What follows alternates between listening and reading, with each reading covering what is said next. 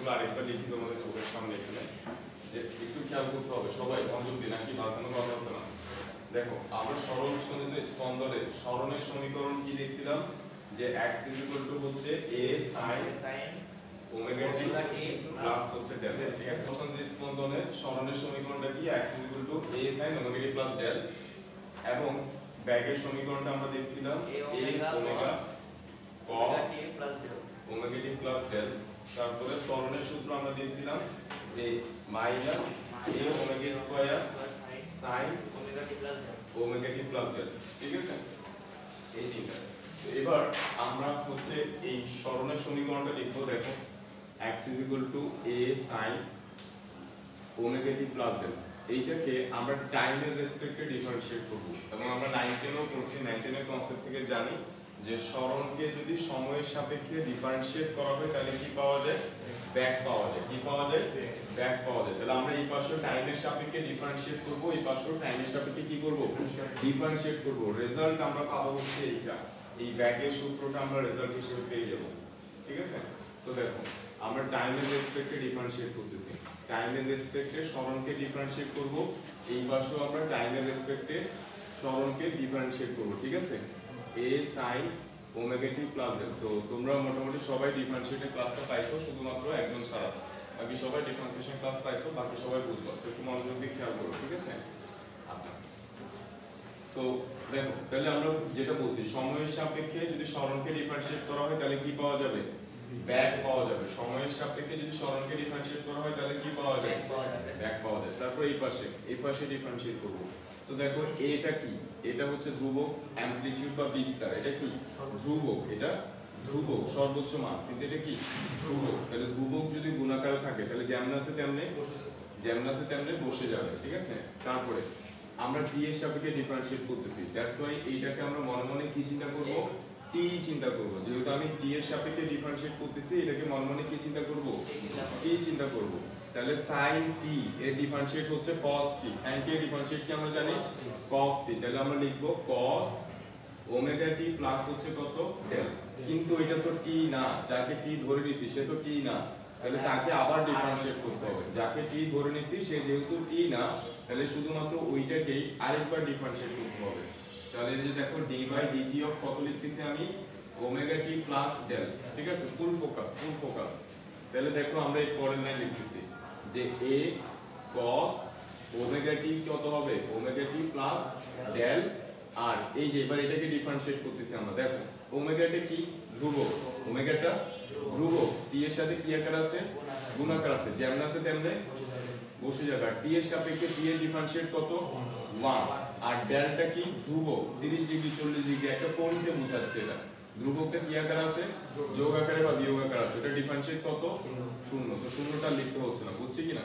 তো এই ওমেগাটাকে আমি এদিকে নিয়ে আসি, লিখি যে a ওমেগা কত হবে, cos ওমেগা t প্লাস হচ্ছে কত, ডেল। অর্থাৎ আমরা এই যে ব্যাক বের করার যে ফর্মুলাটা এটা পেয়ে গেছি, যে ব্যাক বের করার ফর্মুলা কত, a omega cos omega t plus del. সরণের সূত্রকে কি করছি, ডিফারেন্সিয়েট করছি, টাইমের রেসপেক্টে ব্যাকের সূত্রটা পাইতেছি, বুঝছি। এবার আমরা ব্যাকের সূত্রটাকে ডিফারেন্সিয়েট করব, ত্বরণের সূত্রটা পেয়ে যাব। দেখো তো আমি এবার হচ্ছে ব্যাকের সূত্রটাকে ডিফারেন্সিয়েট করব। তো আমরা এখানে লিখি ব্যাকের সূত্রটা, হ্যাঁ ডিফারেন্সিয়েশন তুমি এখন বুঝবো না, কারণ হচ্ছে আমরা ডিফারেন্সিয়েশন ক্লাস করাইছি, অনলাইনে আছে, তুমি এটা করে নিবা। ঠিক আছে, এছাড়া বুঝবো না কিন্তু। ঠিক আছে, তো ডিফারেন্সিয়েশন ছাড়া বাকি যে টপিকসগুলো ওইগুলো তুমি মনোযোগ দিয়ে খেয়াল করবে। ঠিক আছে, আর ডিফারেন্সিয়েশন টপিকসটা অনলাইনে আছে আমাদের ক্লাস, তুমি অনলাইন থেকে দেখে নিও। দেখো তাহলে এবার আমরা দেখবো হচ্ছে ভি বের করার যে সূত্র, ভি ইজ ইকুয়াল টু হচ্ছে a omega cos omega t plus হচ্ছে কত, ডেল। ঠিক আছে, এবার এইটাকে আমরা টাইমের রেসপেক্টে কি করব, ডিফারেন্সিয়েট করব, d বাই dt অফ হচ্ছে কত, v। তাহলে টাইম এখানেও আমরা কি করব, টাইমের রেসপেক্টে ডিফারেন্সিয়েট করব। a ওমেগা cos কত হবে, ওমেগা t প্লাস হচ্ছে ডেল। টাইমের রেসপেক্টে এই পাশেও ডিফারেন্সিয়েট করব, এই পাশেও কি করব, ডিফারেন্সিয়েট করব। তাহলে টাইমের রেসপেক্টে ভেলোসিটিকে ডিফারেন্সিয়েট করলে কি পাওয়া যায়, ত্বরণ পাওয়া যায়। টাইমের রেসপেক্টে সময়ের সাপেক্ষে যদি ব্যাককে ডিফারেন্সিয়েট করা হয় কি পাওয়া যাবে, ত্বরণ পাওয়া যাবে। আচ্ছা এবার এই পাশে ডিফারেন্সিয়েট করব। এখানে দেখো এই ওমেগাটা কি ধ্রুবক, ধ্রুবকটা কি আকার আছে, গুণাকার আছে, গুণাকারে থাকবে যেমন আছে তেমনি বসে যাবে। তারপরে এটাকে মনে মনে কি চিন্তা করব, t চিন্তা করব। cos t এর ডিফারেন্সিয়েট কি হয় আমরা জানি minus sin t, minus sin t। তাহলে এই যে মাইনাসটা বসাচ্ছি এর আগে বসাচ্ছি, ঠিক আছে কিনা, মাইনাস sin তারপর t হচ্ছে কত ওমেগা t প্লাস হচ্ছে ডেল, ঠিক আছে কিনা, মাইনাসটা এখানে বসেছি। এরপর যেহেতু এটা t না, যাকে t ধরে নিয়েছি সে তো t না, তাহলে তাকে কি করতে হবে আরেকবার ডিফারেন্সিয়েট করতে হবে। তাহলে d বাই dt অফ কত হবে ওমেগা t প্লাস কত হবে ডেল, বুঝছি। তাহলে এর পরের লাইন যে minus a omega sin omega t plus হচ্ছে কত ডেল। তারপর দেখো এখানে ডিফারেন্সিয়েট করেছি, ওমেগাটা কি ধ্রুবক না, ধ্রুবক কি আকার আছে গুণাকার আছে, তাহলে যেমন আছে তেমনে বসে যাবে। t এর সাপেক্ষে t এর ডিফারেন্সিয়েট কত 1 আর ডেলটা কি ধ্রুবক, এটা ডিফারেন্সিয়েট যোগাকার আছে, এটা ডিফারেন্সিয়েট কত 0, তাহলে শূন্যটা লিখতেছি না। তাহলে এই ওমেগা এর সাথে গুণ হয়ে কত হয়ে যাচ্ছে ওমেগা স্কয়ার হয়ে যাচ্ছে sin এখানে কত হবে omega t plus del e is equal to ত্বরণ ইকুয়াল টু, এই যে ত্বরণ বের করার সূত্রটা বের হয়েছে, বুঝছি আমরা।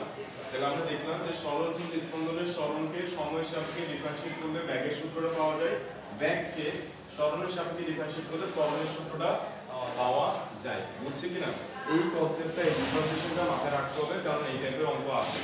মানে তোমাকে দেওয়া থাকবে হচ্ছে, দেখো তোমাকে বলবে যে তোমাদেরকে হচ্ছে সরণের মান দেওয়া থাকবে, একটা সরণের সমীকরণ দিয়ে দিবে আমি এগুলো অবশ্যই বলবো ম্যাথ করানোর সময় 5 sin তারপর তোমাকে বললো হচ্ছে কত 2 পাই t প্লাস 30 এরকম বলে দিয়েছে, ঠিক আছে 2 পাই এরকম বলে দিয়েছে, একটা সমীকরণ দিয়ে দিয়েছে, বলছে 3 সেকেন্ড পরে ব্যাক কত হবে, 3 সেকেন্ড পর কি জানতে চাইবে ব্যাক কত হবে, এই টাইপের এই অঙ্কগুলো থাকবে।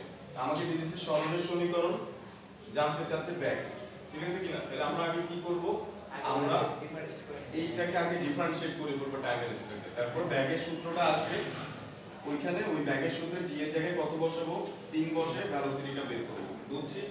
আমাকে দেওয়া আছে সরণের সমীকরণ, জানতে চাইতে পারে 3 সেকেন্ড পর ত্বরণ কত। আমি এগুলো সবগুলো টাইপ বাই টাইপ আকারে যখন ম্যাথের ক্লাসটা আসবে ওইখানে টাইপ বাই টাইপ আকারে সবগুলো ম্যাথ দেখাবো। এখন জাস্ট একটু করে হিন্ট দেখাচ্ছি যে কেন এগুলো জানতে হবে, ভিতরে এগুলো জানতে হবে, সূত্র মুখস্থ রাখলে হবে না, আমাকে ডিফারেন্সিয়েট করাটা জানতে হবে, বুঝছি কিনা। তাহলে দেখো আমরা তুমি অবশ্যই ক্লাসটা করে নিও, তাহলে বুঝবো না কিন্তু এটা। এরপরের টপিকসগুলো বুঝবা, জাস্ট এই ডিফারেন্সিয়েশন টপিকসটা বুঝবা। তাহলে দেখো 3 সেকেন্ড পর আমাকে দেওয়া আছে সরণের সমীকরণ, জানতে চাইবে 3 সেকেন্ড পর ত্বরণ কত। তাহলে আমরা কি করব, এটাকে দুইবার ডিফারেন্সিয়েট করব, একবার ডিফারেন্সিয়েট করলে ব্যাগেরটা আসবে, আরেকবার ডিফারেন্সিয়েট করলে ত্বরণেরটা আসবে। ওই ত্বরণের সমীকরণে আমি t এর জায়গায় কত বসাবো 3 সেকেন্ড বসাবো, বুঝছি। আচ্ছা তো এই জিনিসটা আমরা বুঝলাম, এরপরে আমরা দেখো আমরা b এর ফর্মুলাটা একটু লিখতেছি, যে b এর ফর্মুলাটা কি a omega cos omega t plus হচ্ছে ডেল, ঠিক আছে। b হচ্ছে a omega cos omega t plus. এবার এখান থেকে আমরা আরেকটা সূত্র বের করতে চাচ্ছি, ঠিক আছে। এখান থেকে এবার আমরা v বের করার আরেকটা সূত্র বের করতে চাচ্ছি, কিভাবে করতে পারি দেখো।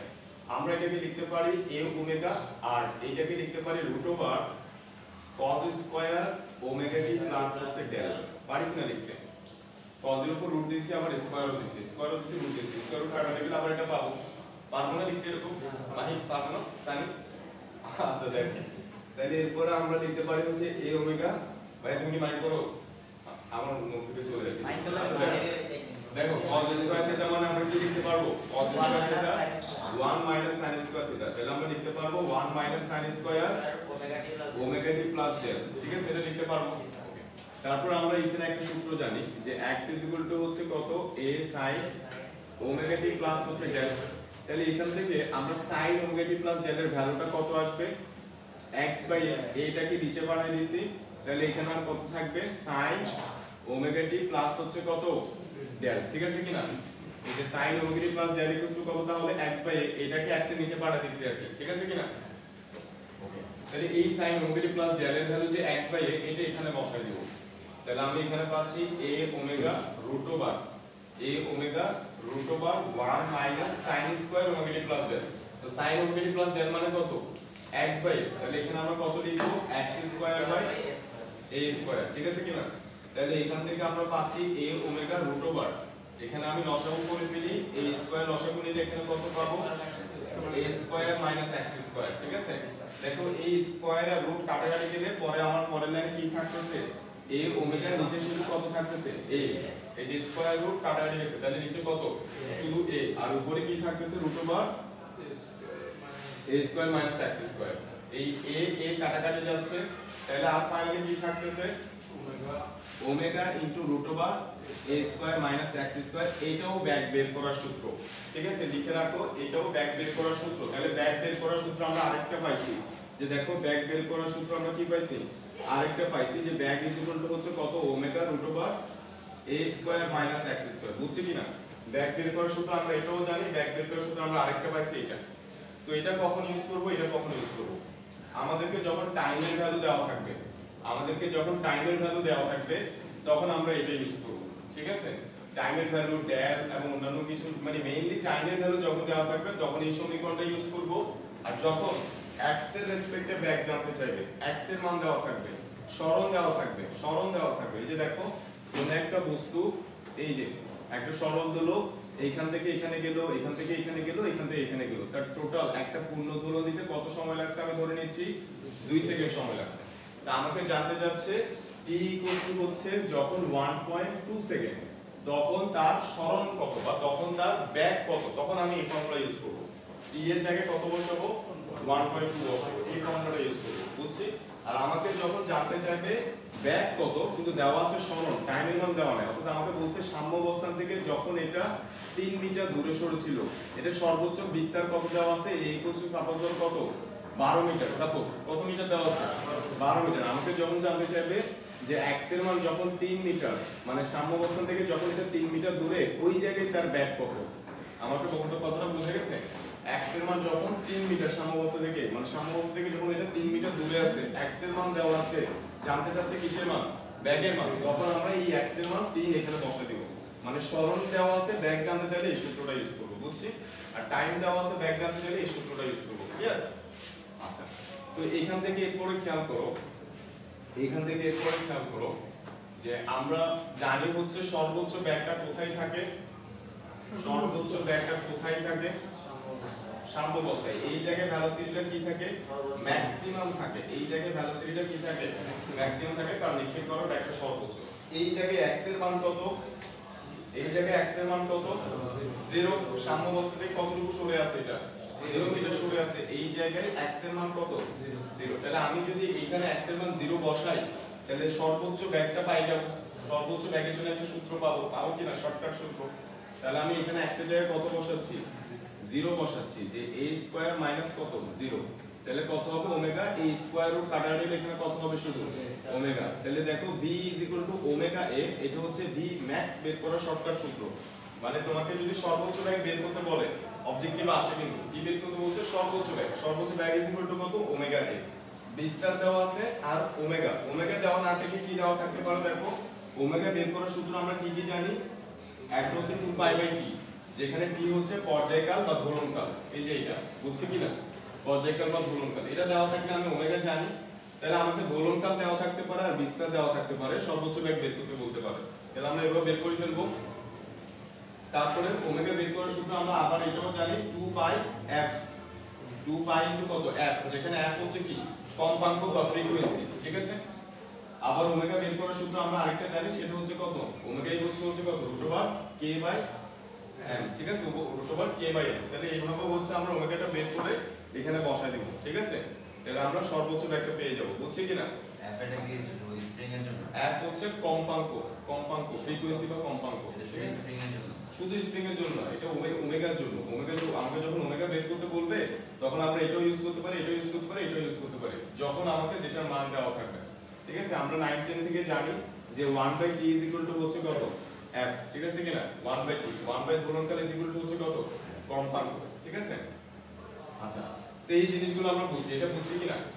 আচ্ছা, এবার আমরা দেখো ত্বরণের জন্য এরকম একটা সূত্র বের করতে চাচ্ছি, তো আমি ত্বরণের সূত্রটা একটু এখানে লিখি। দেখো, তো ত্বরণের সূত্রটা আমরা কি জানি, ত্বরণের সূত্রটা আমরা জানি যে a হচ্ছে minus a omega square sin হচ্ছে কত ওমেগা টি প্লাস হচ্ছে ডেল, ঠিক আছে কিনা এটা।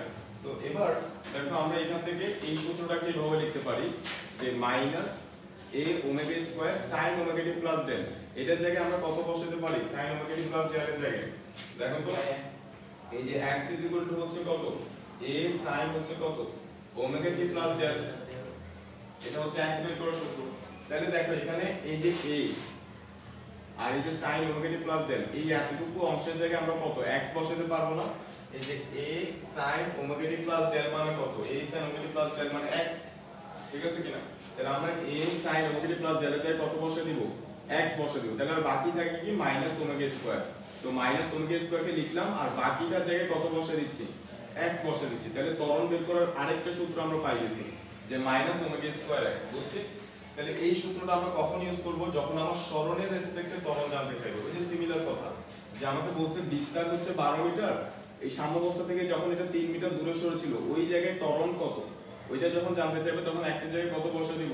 3 বসে দিব, ওমেগার মান বসে দিব, ত্বরণ বের হয়ে যাবে। আর টাইমের রেসপেক্টে যখন ত্বরণ জানতে চাইবে তখন এখানে কি বসে দিব? ত্বরণের সূত্রে এই জায়গায় কি বসে দিব? t এর মান বসে দিব, ত্বরণ বের হয়ে যাবে, ঠিক আছে? অর্থাৎ টাইমের রেসপেক্টে ত্বরণ জানতে চাইলে এই সূত্রটা ইউজ করব, আর যদি আমাদের x এর রেসপেক্টে সরণের রেসপেক্টে ত্বরণ জানতে চাই তখন এটা ইউজ করব, বুঝছি?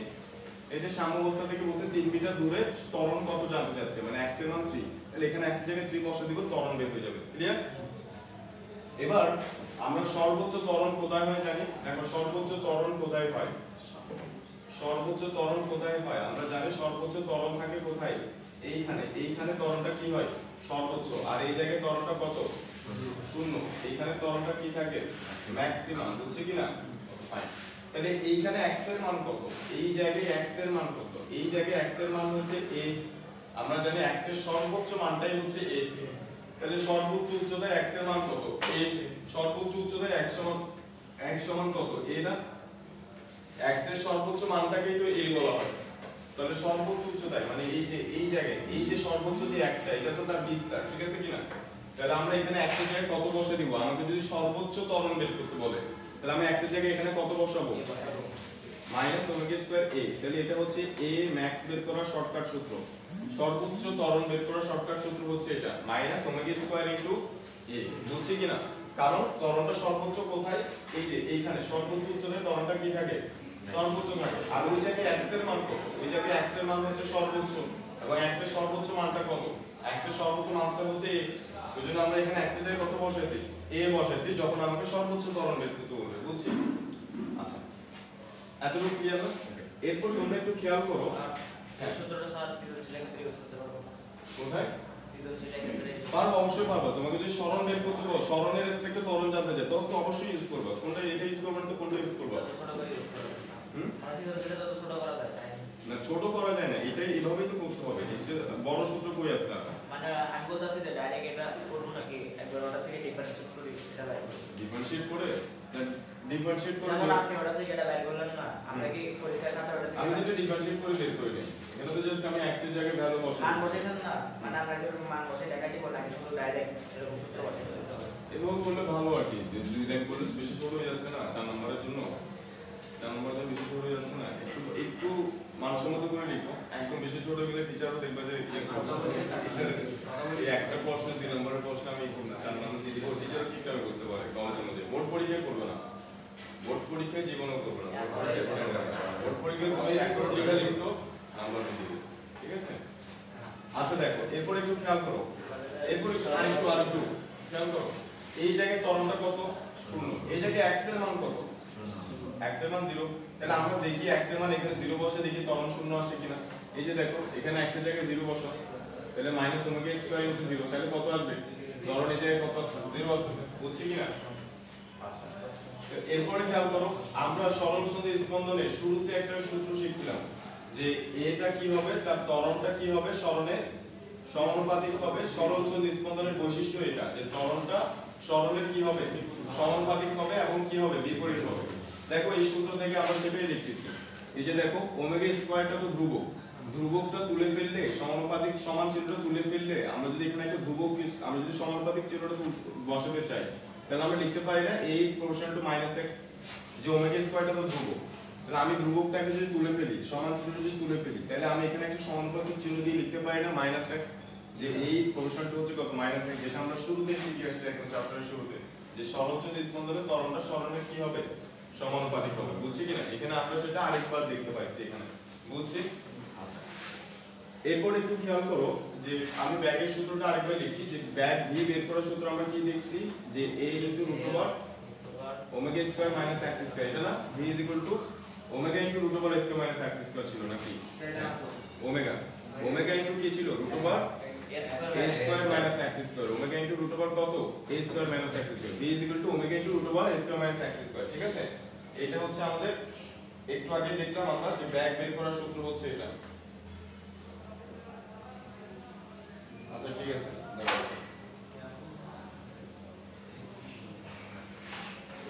তারপরে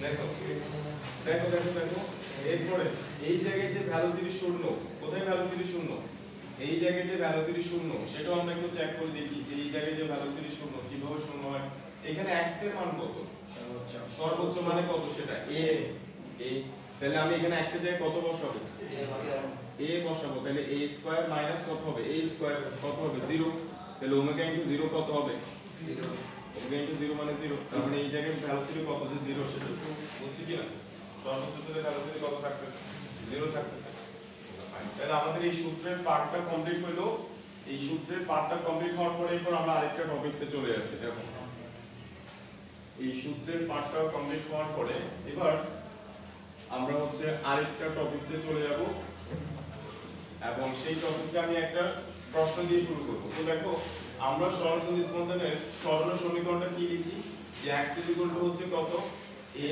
sin ওমেগা t প্লাস হচ্ছে ডেল x হচ্ছে a sin omega t plus del এখানে এই ওমেগার পরিচয় কি বলছিলাম এই ওমেগার পরিচয় বলছিলাম আমরা কৌণিক বেগ এই ওমেগার পরিচয় হচ্ছে কৌণিক বেগ তাহলে কৌণিক বেগ কখন পাওয়া যায় যখন কোনো একটা বস্তু ঘুরে বৃত্তাকার পথে ঘুরে বা ঘুরতে চায় তখনই শুধুমাত্র কৌণিক বেগ পাওয়া যাবে আদারওয়াইজ তো পাওয়া যাবে না কারণ কৌণিক বেগ মানে কোণ বাই সময় তাহলে এই সূত্রটা কিসের সূত্র এটা হচ্ছে সরল সন্ধিত স্পন্দনের সূত্র রাইট এটা কিসের সূত্র সরল সন্ধিত স্পন্দন বা এসএচএম এর সরল বের করার সূত্র তো সরল সন্ধিত স্পন্দনটা কেমন গতি সরল রৈখিক গতি আমরা শিখছি কেমন গতি এটা সরল রৈখিক গতি তাহলে সরল রৈখিক গতি সূত্রের মধ্যে এই বৃত্তাকার গতির ওমেগাটা কোথা থেকে ঢুকছে এই ওমেগাটা তো বৃত্তাকার গতির জন্য তাই না কোন একটা বস্তু যখন বৃত্তাকার পথে ঘুরে তখনই তো আমরা ওমেগাটা পাই তাহলে এই সূত্রটা তো সরল রৈখিক গতির সূত্র মানে সরল সন্ধি স্পন্দনে সরল সন্ধি স্পন্দন তো সরল রৈখিক গতি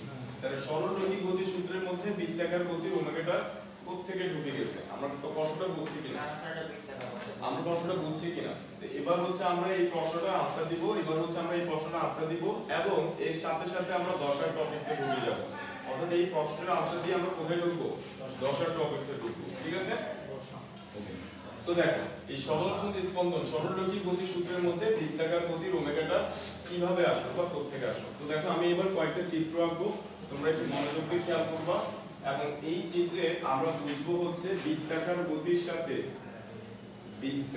গতির সাথে ওমেগা বৃত্তাকার গতির সাথে এসএচএম এর সম্পর্কটা বুঝবো এসএচএম এর কি বুঝবো সম্পর্কটা কি সেটা বুঝবো বৃত্তাকার গতির সাথে সো দেখো আমি এখানে কয়েকটা চিত্র আঁকছি ফর এক্সাম্পল আমি এখানে একটা পর্দা রাখছি ছোট করে আঁকি এখানে একটা পর্দা রাখলাম তারপরে এখানে একটা ঘড়ির কাঁটা রাখছি এটা একটা ঘড়ি ঠিক আছে এটা হচ্ছে একটা ঘড়ি এখানে কাঁটা আছে ঘড়ির কাঁটা তারপর আমি এখানে হচ্ছে লাইট রাখছি এখানে কি আছে একটা লাইট আছে এখান থেকে লাইট পড়তেছে ওকে এখানে একটা স্প্রিং কে রাখতেছি আমি এই জায়গায় একটা স্প্রিং মনোযোগ দিয়ে খেয়াল করুন খুবই সহজ টপিক বাট মনোযোগ দরকার মনোযোগ ছাড়া হবে না এখানে একটা স্প্রিং কে রাখছি আমরা ওকে এখানে একটা সরল দোলককে রাখছি আমরা এই জায়গায় একটা সরল দোলককেও রাখছি এই জায়গায় আমরা কাকে রাখছি একটা সরল দোলককে রাখছি ঠিক আছে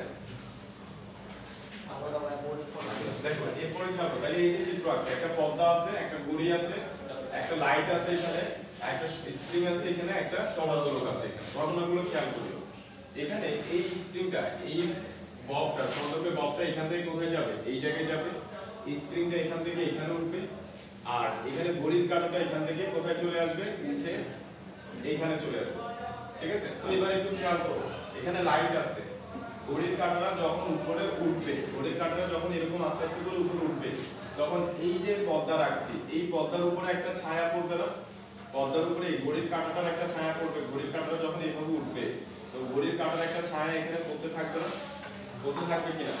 প্রথমে যখন ঘড়ির কাঁটাটা এরকম ছিল তখন এই পর্দার উপরে ছায়ার দৈর্ঘ্যটা কত ছিল? 0। এরপরে ঘড়ির কাঁটাটা যখন আস্তে আস্তে উপরে উঠবে এখানে ছায়ার দৈর্ঘ্য বাড়তে থাকবে, ঘড়ির কাঁটাটার জন্য একটা কি করবে? ছায়া পড়বে। তো ঘড়ির কাঁটাটা যখন এই জায়গায় আসবে তখন ছায়ার দৈর্ঘ্যটা কি হবে? ম্যাক্সিমাম হবে, এর উপরে আর ছায়াটা বাড়বে না, তাই না? এরপর ঘড়ির কাঁটাটা আবারও নিচে নামতে থাকবে, দেখো ঘড়ির কাঁটাটা আবারও এভাবে নিচে নামতে থাকবে, ছায়ার দৈর্ঘ্য আবারও কি হতে থাকবে? কমতে থাকবে। তাহলে ঘড়ির কাঁটা যখন এখানে আসবে ছায়ার দৈর্ঘ্য আবারও কমতে কমতে কত হয়ে যাবে? 0 হয়ে যাবে। এরপর ঘড়ির কাঁটাটা আবার যখন নিচে নামতে থাকবে, এই যে নিচে থেকে যখন নামতেছে এদিকেও ছায়ার দৈর্ঘ্য বাড়তে থাকবে, ঠিক আছে কিনা? ছায়ার দৈর্ঘ্য বাড়তে থাকবে কারণ এদিকে লাইট রাখছে, ওকে? তারপর ঘড়ির কাঁটাটা যখন এখানে আসবে তখন ছায়ার দৈর্ঘ্যটা বাড়তে বাড়তে কত হবে? এই জায়গায় সর্বোচ্চ হবে। তারপর ঘড়ির কাঁটাটা আবার উপরে উঠতেছে, উপরে যখন উঠবে তখন আবার ছায়ার দৈর্ঘ্য কি হতে থাকবে? আবার কমতে থাকবে। এখানে যখন চলে আসবে ছায়ার দৈর্ঘ্য আবার কত হয়ে যাবে? 0। তাহলে দেখো এখানে ছায়ার যে উত্থান পতন হয়েছে, যে ছায়ার দৈর্ঘ্য প্রথমে বাড়ছে, এরপর আবার কত হয়েছে? 0 হয়েছে, এরপর বিপরীত দিকে সর্বোচ্চ হয়েছে, এরপর আবার কত হয়েছে? 0 হয়েছে। এই গতিটা কেমন গতি? এই গতিটা SHM পর্যায়বৃত্ত গতি অবশ্যই, প্লাস SHM সরলচন্দ্র স্পন্দন গতি। আর এই গতিটা কেমন গতি? শুধুই পর্যায়বৃত্ত গতি, এটা শুধুই কি গতি? পর্যায়বৃত্ত গতি, ঠিক আছে কিনা? এটা SHM না, কারণ এটা বৃত্তাকার গতি। বৃত্তাকার গতি শুধুই পর্যায়বৃত্ত গতি, SHM না। SHM হতে হলে কি হতে হয়? সরলরৈখিক হতে হয়।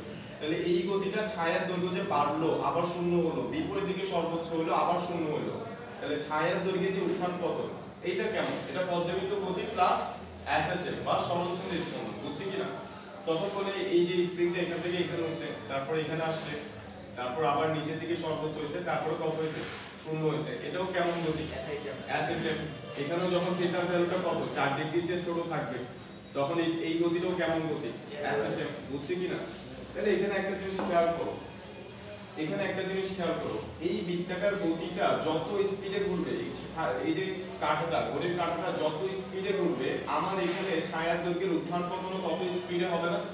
ছায়ার দৈর্ঘ্যের উত্থান পতন তত স্পিডে হবে।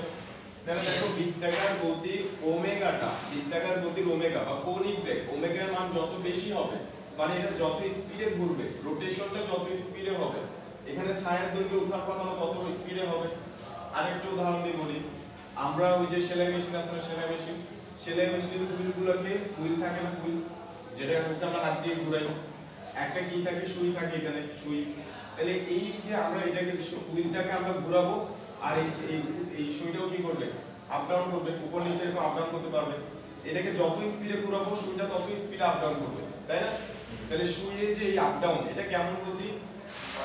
এটা SHM। আর এই যে গতিটা হুইলের যে গতিটা এটা কেমন গতি? পর্যায়বৃত্ত গতি। হুইলের যে গতিটা কেমন গতি? পর্যায়বৃত্ত গতি। এবং এখানে রোটেশনটা বা ওমেগা এর ভ্যালুটা যত বেশি হবে এখানে SHM এর স্পিডটা তত বেশি হবে। তার মানে SHM এর সাথে বৃত্তাকার গতির কি আছে? সম্পর্ক আছে, যে এখানে ওমেগাটা যত বেশি হবে আমার SHM এর গতিটাও কি হবে? তত বেশি হবে, বুঝছি কিনা? তো বৃত্তাকার গতির সাথে ওমেগাটা কি আছে? সম্পর্ক আছে, ওই জন্য এখানে ওমেগা আসছে। সরলচন্দ্র স্পন্দন সূত্রের মধ্যে এই জন্য কি আসছে? ওমেগাটা আসছে, বুঝছি কিনা আমরা? এটা ক্লিয়ার? আচ্ছা, যে ওমেগার মান যত বেশি হবে সরলচন্দ্র স্পন্দনটা কি হবে? তত বেশি হবে। এখানে একটা বস্তু সরলচন্দ্র স্পন্দন স্পন্দিত হচ্ছে, তার পাশে আমরা একটা বৃত্ত চিন্তা করব, ওই বৃত্তের মধ্যে ঘড়ির কাঁটা ঘুরতেছে, ঘড়ির কাঁটা যত স্পিডে ঘুরবে ওমেগা তত বেশি হবে, ওমেগা যত বেশি হবে সরলচন্দ্র স্পন্দনের স্পন্দনটাও তত কি হবে? তত বেশি হবে, বুঝছি কিনা আমরা? ওকে, আচ্ছা এবার আমরা দশা জিনিসটা বুঝবো। এবার হচ্ছে আমরা দশা জিনিসটা বুঝবো। তো দশা জিনিসটা বোঝার জন্য আমি এই চিত্রগুলো আরেকবার আঁকবো। তো আমি এই চিত্রগুলো এখানে দেখো, এটাই থাকুক, দেখো এখানে। তো এখানে আমরা দেখছি যে আমরা যখন হচ্ছে আমরা মানে এক্সপেরিমেন্টটা শুরু করতেছি, মানে আরেকটু মনোযোগ ধরে রাখো একটু, যখন আমরা এক্সপেরিমেন্টটা শুরু করতেছি, ধরি আমার কাছে স্টপওয়াচ আছে, আমি স্টপওয়াচ চালু করব, ঠিক আছে? ওই সময় এই বাটখারাটা কোথায় আছে? এই জায়গায় আছে, সাম্যাবস্থায় আছে। এই বস্তুটা কোথায় আছে? সাম্যাবস্থায় আছে, ঠিক আছে? সাম্যাবস্থায় আছে, এই জায়গায় আছে। আমি এখনো চালু করি না স্টপওয়াচ, আমার হাতে স্টপওয়াচ আছে, আমি চালু করব। তো চালু করার মুহূর্তে এই বস্তুটা সাম্যাবস্থায় আছে, এটাও সাম্যাবস্থায় আছে। এই যে ঘড়ির কাঁটাটা কোন জায়গায় আছে? এই জায়গায় আছে। ছায়ার দৈর্ঘ্য কত? 0, বুঝছি? তারপর দেখো আমরা এবার কি করব, স্টপওয়াচ চালু করব। এই পাশে সময়কে রাখছি আর এই পাশে কি আছে, সরণ আছে, ঠিক আছে। তা আমি যখন স্টপওয়াচ চালু করছি তখন বস্তুটা কোথায়, এই জায়গায়, মানে সাম্যাবস্থা থেকে স্টার্ট করতেছি, সাম্যাবস্থা থেকে কি করতেছি, স্টার্ট করতেছি। তাইলে আমাদের গ্রাফটা কি এরকম হয়, এরকম হয়, এটা আমরা জানি, গত ক্লাসে আমরা দেখছি, ঠিক আছে। কিন্তু সব সময় যে সাম্যাবস্থা থেকে স্টার্ট করবে ব্যাপারটা এরকম না। আমরা সাম্যাবস্থা থেকে স্টার্ট না করে অন্য যে কোনো অবস্থান থেকে কি করতে পারি, স্টার্ট করতে পারি। সাম্যাবস্থান থেকে যে স্টার্ট করতে হবে এটা ম্যান্ডেটরি না, যে কোনো সময় থেকে আমরা ঘড়ির এই স্টপওয়াচটা কি করতে পারি, চালু করতে পারি। অর্থাৎ আমি বলতে চাচ্ছি যে এই বাটখারাটা উঠে এখানে চলে আসছে, কোথায় চলে আসছে, এই জায়গায় চলে আসছে অলরেডি। তারপরে এই বকটা এইখানে চলে আসছে অলরেডি। তারপরে ঘড়ির কাঁটাটা এই জায়গায় চলে আসছে অলরেডি, ছায়ের দৈর্ঘ্যটা এই জায়গায় চলে আসছে। তখন আমি স্টপওয়াচ চালু করছি, তখন আমি কি করছি, স্টপওয়াচ চালু করছি। মানে ঘড়ির কাঁটাটা উঠে অলরেডি এখানে আছে, এই বাটখারাটা উঠে অলরেডি এখানে আছে, এই বটটা অলরেডি এখানে আছে, ঘড়ির কাঁটাটা অলরেডি এখানে আছে, ছায়ের দৈর্ঘ্য অলরেডি এখানে আছে। তখন আমি স্টপওয়াচ চালু করছি। তো তখন স্টপওয়াচ চালু করছি মানে তখন আমার টাইমের মান কত, 0। তখন আমার টাইমের মান কত, 0। মাত্র স্টপওয়াচ চালু করছি, তাহলে টাইমের মান কত, 0। তখন কি x এর মান 0 কিনা, তখন কি x এর মান 0 কিনা, সাম্যাবস্থা থেকে x এর মান 0 না। এই যে সাম্যাবস্থা অলরেডি x এর মান আছে, আমি যখন বলটা যখন এখানে উঠছে তখন স্টপওয়াচ চালু করছি, মানে টাইমের মান 0। তখন কি x এর মান 0 আনসার হচ্ছে না, সাম্যাবস্থা থেকে অলরেডি তখন কি আছে, একটা x এর মান আছে, সাম্যাবস্থা থেকে অলরেডি একটা x এর কি আছে, মান আছে, ঠিক আছে কিনা। অর্থাৎ সাম্যাবস্থা থেকে অলরেডি তখন একটা কি থাকবে, এই যে x এর একটা মান থাকবে। তখন গ্রাফটা হবে কি এরকম, গ্রাফটা হবে এরকম, বুঝছি কিনা। অর্থাৎ t সমান যখন 0 তখন x এর মান কত, 0 না, x এর একটা কি আছে, মান আছে, এবং এই মানটা আরো বাড়ছে, এই যে এখানে পরে সেটা আরো বাড়ছে, তাই না। এই যে x এর মানটা আরো বাড়ছে তারপরে কমছে, বুঝছি কিনা, বুঝছি এই জিনিসটা। এবার একটু খেয়াল করো, আমি যখন স্টপওয়াচ চালু করছি, সাম্যাবস্থা থেকে এটা কিছু দূর ছিল, সাম্যাবস্থা থেকে এটা কিছু দূরে ছিল, তাই না। সাম্যাবস্থা থেকে ছায়ার দৈর্ঘ্যটা কিছু দূরে ছিল। তখন এই বৃত্তাকার গতিটা সাম্যাবস্থা থেকে যত কোণে সরেছিল ওইটাই হচ্ছে আদি দশা। ওইটাকে কি বলতেছি আমরা, আদি দশা। আমি আবারও বলি, আমি যখন স্টপওয়াচ চালু করছি তখন এই বকটা সাম্যাবস্থা থেকে কিছু দূরে ছিল, এটাও কিছু দূরে ছিল, সাম্যাবস্থায় ছিল না, সাম্যাবস্থা থেকে কিছু দূরে ছিল। কত কোণে ছিল, আনসার হচ্ছে এখানে তো কোণ নাই, এগুলো তো সরলরৈখিক গতি, সরলরৈখিক গতির মধ্যে কোণ কোথা থেকে আসবে, বুঝছি না। তো কিন্তু আমরা বৃত্তাকার গতি যদি চিন্তা করি, পাশাপাশি যদি ওই সরলচ্যুত স্পন্দনের সাথে যদি পাশাপাশি একটা কি চিন্তা করি, বৃত্তাকার গতি চিন্তা করি, কোনটা ওই বৃত্তাকার গতির মধ্যেই পাবো, বুঝছি কিনা।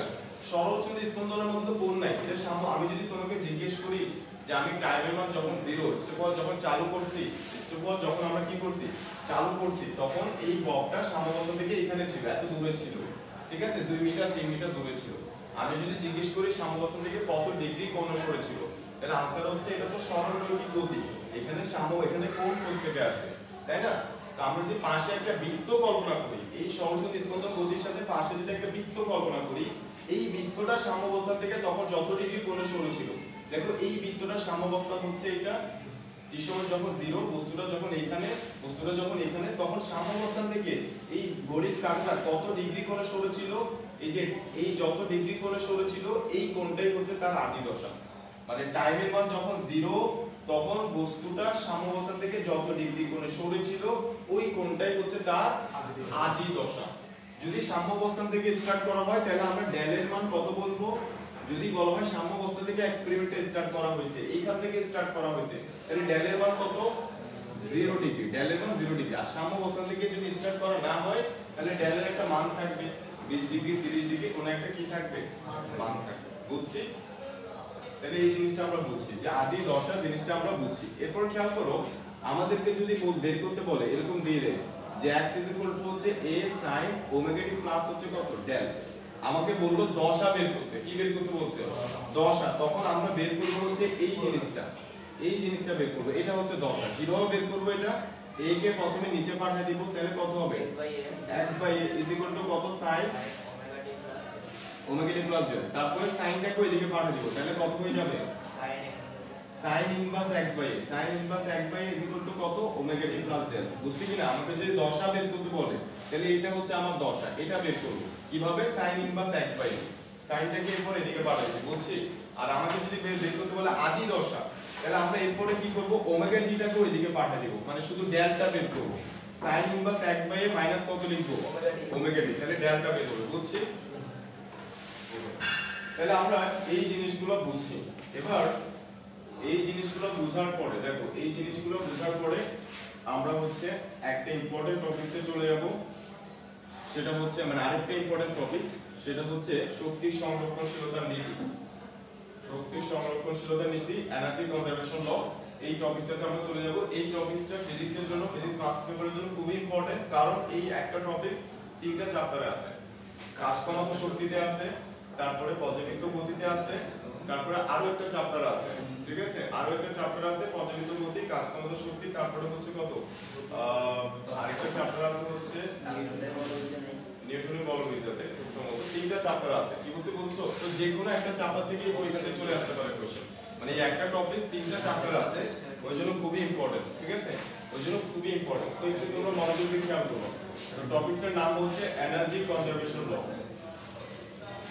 এনার্জি কনজারভেশন ল তো এনার্জি কনজারভেশন লটা আমাদের কি বলে এনার্জি কনজারভেশন ল বলে শক্তি সৃষ্টি করা যায় না শক্তি ধ্বংস করা যায় না শক্তি এক রূপ থেকে অন্য রূপে কনভার্ট করা যায় এবং এটা সত্য ঠিক আছে কিনা শক্তিকে আমরা কখনো কি করতে পারবো না সৃষ্টি করতে পারবো না ধ্বংস করতে পারবো না আসে যাবে তো এবার দেখো আচ্ছা আমি এখান থেকে এটা মানে আমাদের পড়ার বাইরে একটা পড়ার কথা বলি আমাদের এই টপিকসের বাইরে পড়ার বাইরে একটা কথা বলি ওইটাও এনার্জি কনজারভেশন ল এর উপর বেস করা ঠিক আছে ওই জন্য বলছি তোমাদের মাথায় হচ্ছে প্রশ্নটা ঢুকাই দিচ্ছি নেক্সট ক্লাসে আমি প্রশ্নের আনসারটা তোমাদের থেকে নিব দেখি তোমরা এটা দিতে পারবে ঠিক আছে এটা কিন্তু এই চ্যাপ্টারের পড়া না কিন্তু এনার্জি কনজারভেশন ল রিলেটেড পড়া কি বুঝতে বোঝা গেছে সেকেন্ড পেপারে পড়া তোমাদের এই সেকেন্ড পেপারে আছে তো আমরা যে কারেন্টগুলো ইউজ করি এই যে কারেন্টগুলো বাসা বাড়ি অফিস আদালতে মানে সব জায়গায় যে কারেন্টটা চলে ওই কারেন্টের নাম কি এসি নাকি ডিসি ওই কারেন্টটা কি এসি কারেন্ট না ডিসি কারেন্ট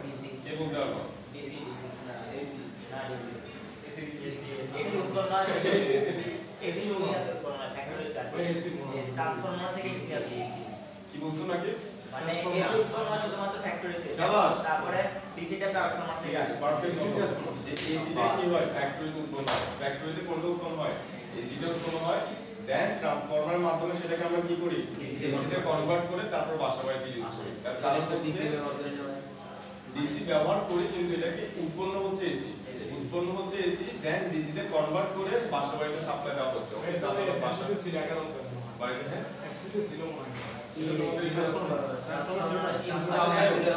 আমার যে প্রশ্নটা আমরা হচ্ছে এসি কারেন্টটা ফ্যাক্টরিতে উৎপন্ন করি ডিসি কারেন্টে সেটা কনভার্ট করে তারপর বাসাবাড়িতে সাপ্লাই করি তার কারণ হচ্ছে এসি কারেন্টের মুখ কয়টা থাকে এসি কারেন্টের মুখ দুইটা তা একটা মোবাইলের মধ্যে যখন তুমি এসি কারেন্ট পাঠাবা ওর মধ্যে দিয়ে একবার এদিক দিয়ে কারেন্ট যাবে একবার এদিক দিয়ে কারেন্ট যাবে নষ্ট হয়ে যাবে না আসলে নষ্ট হয়ে যাবে যে কোনো ডিভাইস নষ্ট হয়ে যাবে এসি কারেন্টে ওই জন্য এই এসি কে কিসে করা হয় ডিসিতে কনভার্ট করা হয় ডিসি কারেন্টের মুখ একটা মানে এটা একদিক দিয়ে চলে এই দ্বিমুখী কারেন্টকে কিসে কনভার্ট করা হয় একমুখীতে কনভার্ট করে তারপর ডিভাইসে সাপ্লাই দেওয়া হয় তাহলে ডিভাইসটা নষ্ট হয়ে যাবে যদি সরাসরি এসি পাঠায় তাই তো তো এই এসি কারেন্ট উৎপন্ন হওয়ার যে বেসিকটা মানে এসি কারেন্টকে বানানো হয় এসি কারেন্ট যে আবিষ্কার হয়েছিল এটা কিভাবে আবিষ্কার হয়েছে দেখো এটার বেসিকটা হচ্ছে একটা তার থাকে তারের কুণ্ডলী থাকে ঠিক আছে ওইখানে কোনো ব্যাটারি থাকে না ওইখানে কি থাকে না কোনো ব্যাটারি নেই তাহলে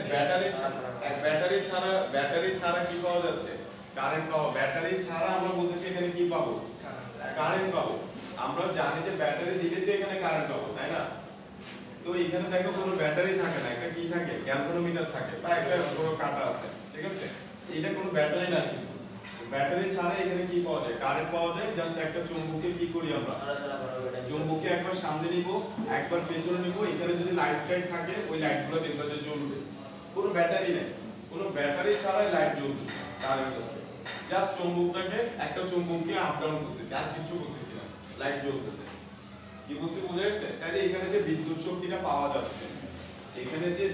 শক্তিটা পাওয়া যাচ্ছে আমি তো কোনো ব্যাটারি ইউজ করি না আমি যদি এরকম হইতো যে একটা কুণ্ডলী রাখলাম এখানে একটা ব্যাটারি রাখলাম ঠিক আছে কিনা তাহলে এখানে যে বিদ্যুৎ শক্তিটা পাওয়া যাচ্ছে আমি বলতে পারতাম যে ব্যাটারির যে রাসায়নিক শক্তি আছে ওই রাসায়নিক শক্তিটা বিদ্যুৎ শক্তিতে কি হচ্ছে কনভার্ট হচ্ছে যে ব্যাটারির রাসায়নিক শক্তি এই রাসায়নিক শক্তিটা কিসে কনভার্ট হচ্ছে বিদ্যুৎ শক্তিতে যখন ব্যাটারিটা নষ্ট হয়ে যাবে আর বিদ্যুৎটা পাবে না তো এখানে তো কোনো ব্যাটারি লাগাই নেই এখানে কোন শক্তিটা বিদ্যুৎ শক্তিতে কনভার্ট হচ্ছে সবই তো বলে দিচ্ছি এখন তুমি ক্লাস করছো এগুলো ঠিক আছে আচ্ছা ঠিক আছে যান্ত্রিক শক্তিটা কিসে কনভার্ট হচ্ছে বিদ্যুৎ শক্তিতে কনভার্ট হচ্ছে যে আমরা হচ্ছে এটাকে যদি কি করি আপ ডাউন করি আমার একটা যান্ত্রিক শক্তি খরচ হচ্ছে না ওই যান্ত্রিক শক্তিটাই মেকানিক্যাল এনার্জিটাই বিদ্যুৎ শক্তিতে কনভার্ট হচ্ছে তুমি কি এটা পড়ছো কোথাও কোথায় পড়ছো বুঝি না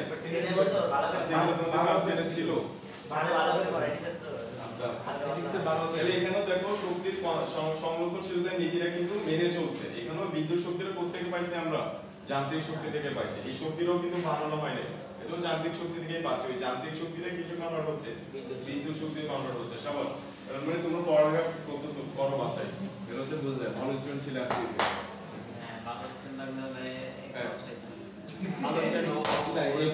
দেখো আমি তোমাদেরকে বলি ভাই অনেক সময় মানে আমাদের বোর্ড রেজাল্ট যেগুলো আসে গোল্ডেন যেগুলো আসে এটা সত্য যে ভালো রেজাল্ট মানে ভালো স্টুডেন্ট এটা সত্য যে প্লাস গোল্ডেন পাইছে তার মানে সে অবশ্যই পড়ালেখা করছে কিন্তু অনেক সময় এরকম হয় যে ভালো স্টুডেন্ট আছে অনেক ভালো স্টুডেন্ট অনেক পড়ালেখা করছে বাই চান্স কোনো না কোনো কারণে এ প্লাস মিস হয়ে গেছে রেজাল্ট খারাপ আসে এরকম কিন্তু হয় এরকমও হয় কি বলছি বোঝা গেছে পড়া ভুলে যায় অনেক কারণে হয় অনেক কারণে হচ্ছে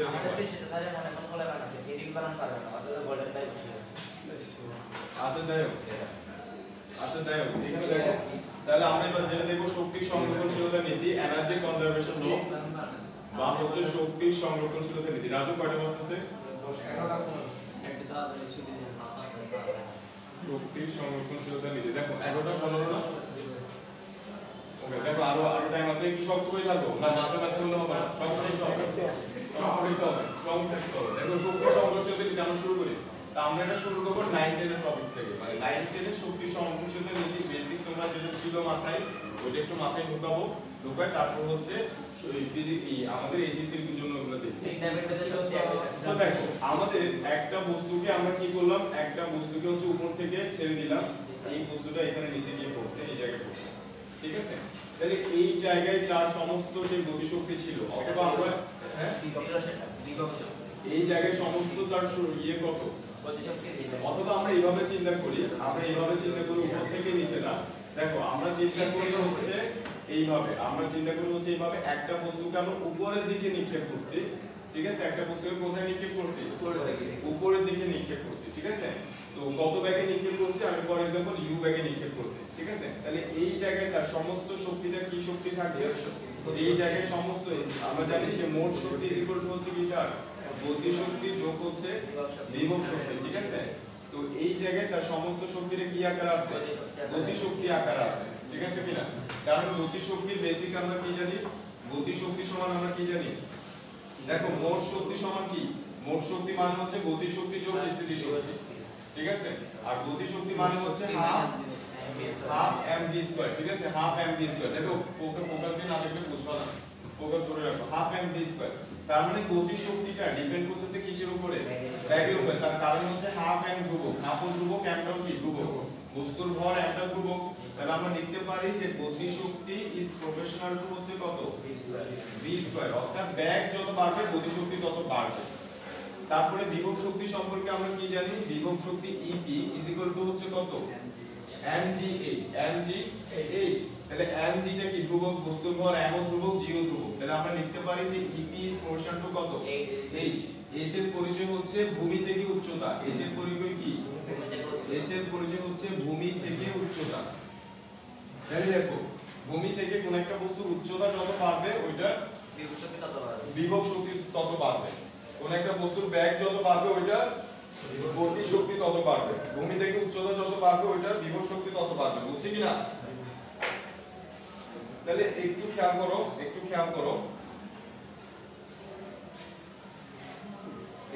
দেখো যেটা আমরা বলছি তাহলে গতি ব্যাগ যত বাড়বে তার গতি শক্তি তত বাড়বে ভূমি থেকে উচ্চতা যত বাড়বে তার বিভব শক্তি তত বাড়বে তাহলে এই জায়গায় ভূমি থেকে উচ্চতা কত 0 ওই জন্য এই জায়গায় বিভব শক্তি কত বিভব শক্তি 0, কারণ ভূমি থেকে উচ্চতা কত এই জায়গায় 0, h এর মান 0, তাহলে বিভব শক্তিও কত আসে 0। আর গতি শক্তিটা কেমন থাকে, তাহলে মোট শক্তিটা এখানে কি আকারে থাকে আমরা জানি, গতি শক্তি আকারে থাকে, অর্থাৎ সমস্ত শক্তিটা এখানে তার কি আকারে আছে, গতি শক্তি আকারে আছে, বুঝছি? আচ্ছা, এই জায়গায় সমস্ত শক্তিটাই হচ্ছে তার গতি শক্তি আকারে আছে, ফাইন। ওকে, এবার এটা যত উপরে উঠবে, এটা যত উপরে উঠবে, দেখো এটা যত উপরে উঠবে, উপরে উঠতে উঠতে এই জায়গায় তার ভেলোসিটি কত হয়ে যাবে, শূন্য হয়ে যাবে। তাহলে ভেলোসিটি শূন্য হওয়া মানে হচ্ছে গতি শক্তি শূন্য হয়ে যাওয়া। v এর মান 0 হলে গতি শক্তি কত হয়ে যাবে, তার মানে এই জায়গায় গতি শক্তি কত, 0। এবং ভূমি থেকে উচ্চতা h টা কত, ম্যাক্সিমাম না, h ম্যাক্সিমাম মানে তার বিভব শক্তি কি হবে, ম্যাক্সিমাম। তার মানে এই জায়গায় তার সমস্ত শক্তিটা কি আকারে আছে, এই যে সমস্ত শক্তিটা তার কি আকারে আছে, বিভব শক্তি আকারে আছে, আর এই জায়গায় তার সমস্ত শক্তিটা গতি শক্তি আকারে আছে, বুঝছি কিনা? এখন এই জায়গায় গতি শক্তি আর এই জায়গায় বিভব শক্তি সমান সমান আমরা জানি। এখানে গতি শক্তি যত সেটাই মোট শক্তি, এখানে স্থিতি শক্তি যত সেটাই হচ্ছে তার মোট শক্তি, অর্থাৎ এই জায়গায় গতি শক্তি এই জায়গায় স্থিতি শক্তি সমান সব জায়গায় ঠিক আছে, ঠিক আছে। তো দেখো এবার এখানে সমস্ত শক্তিটাই গতি শক্তি আকারে আছে, আর এখানে সমস্ত শক্তিটা কি আকারে আছে, বিভব শক্তি আকারে আছে। এবার এটা যখন উপরে উঠতেছিল, এখানে মাঝখানের যে কোনো জায়গায় গতি শক্তিও থাকবে, স্থিতি শক্তিও থাকবে। এখানে মাঝখানে যে কোনো জায়গায় কি থাকবে, গতি শক্তিও থাকবে, স্থিতি শক্তিও থাকবে।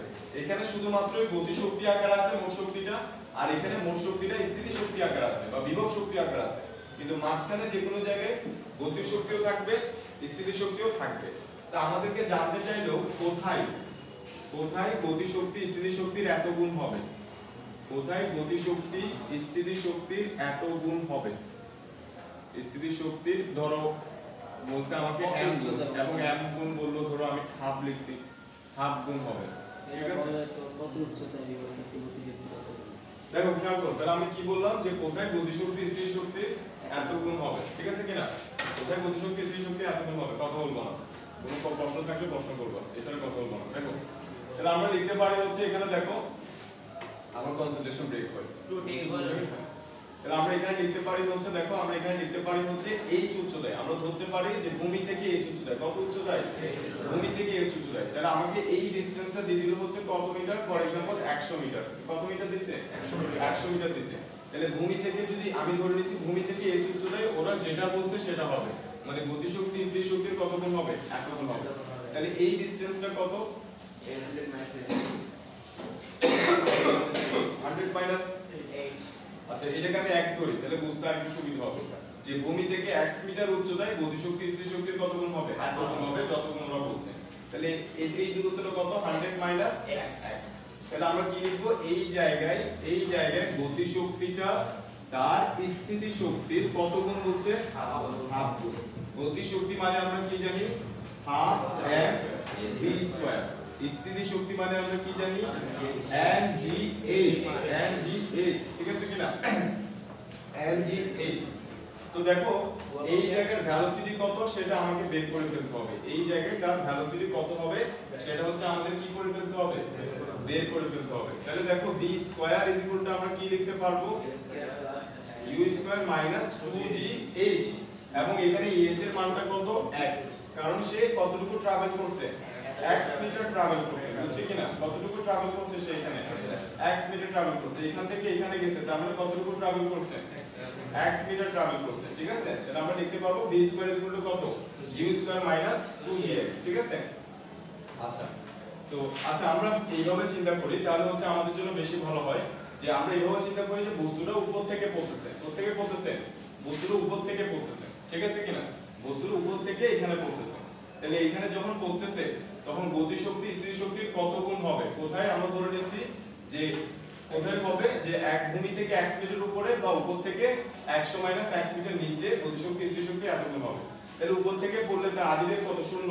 তাহলে আমরা লিখতে পারবো v square is equal to কত, u স্কয়ার প্লাস 2g, এখানে h এর জায়গায় কত লিখবো, 100 মাইনাস x, কারণ সরণটা কত তার 100 মাইনাস x, আর u টা কত, 0, ঠিক আছে? যেহেতু উপর থেকে পড়তেছে তাহলে আদিদের কত হবে, 0। তাহলে আমরা v স্কয়ার ইকুয়াল টু কত পাচ্ছি, 2g 100 মাইনাস x, তাহলে এখানে দেখো আমরা এটা বসাই দিচ্ছি যে হাফ m v স্কয়ার যে কত লিখবো হাফ m লিখছি, তারপরে এই যে হাফ m আমরা কাটাকাটি করতে পারি, ঠিক আছে কিনা?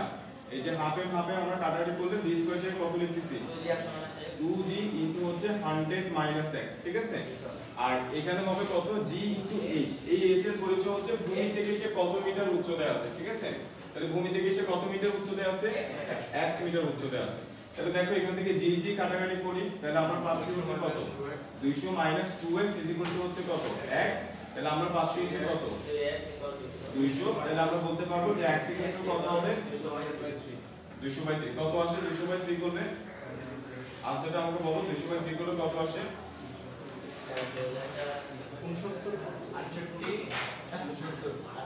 68 দশমিক কত? আচ্ছা বলো 66.66 66.66,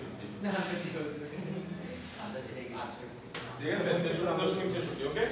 আচ্ছা তাহলে আমরা বলতে পারি ভূমি থেকে 66.66 মিটার উচ্চতায় গতিশক্তি স্থির শক্তির এত গুণ হবে, ক্লিয়ার? আচ্ছা এবার এটা ছিল 9 10 এর টপিক। এবার আমরা সরল ছন্দ স্পন্দনের জন্য এই সেম টপিকসটা একটু দেখব, যে সরল ছন্দ স্পন্দনের জন্য এই টপিকসের চেহারাটা কিরকম হয়, এটা হচ্ছে আমরা একটু দেখব এখন। তাহলে দেখো একটা বস্তু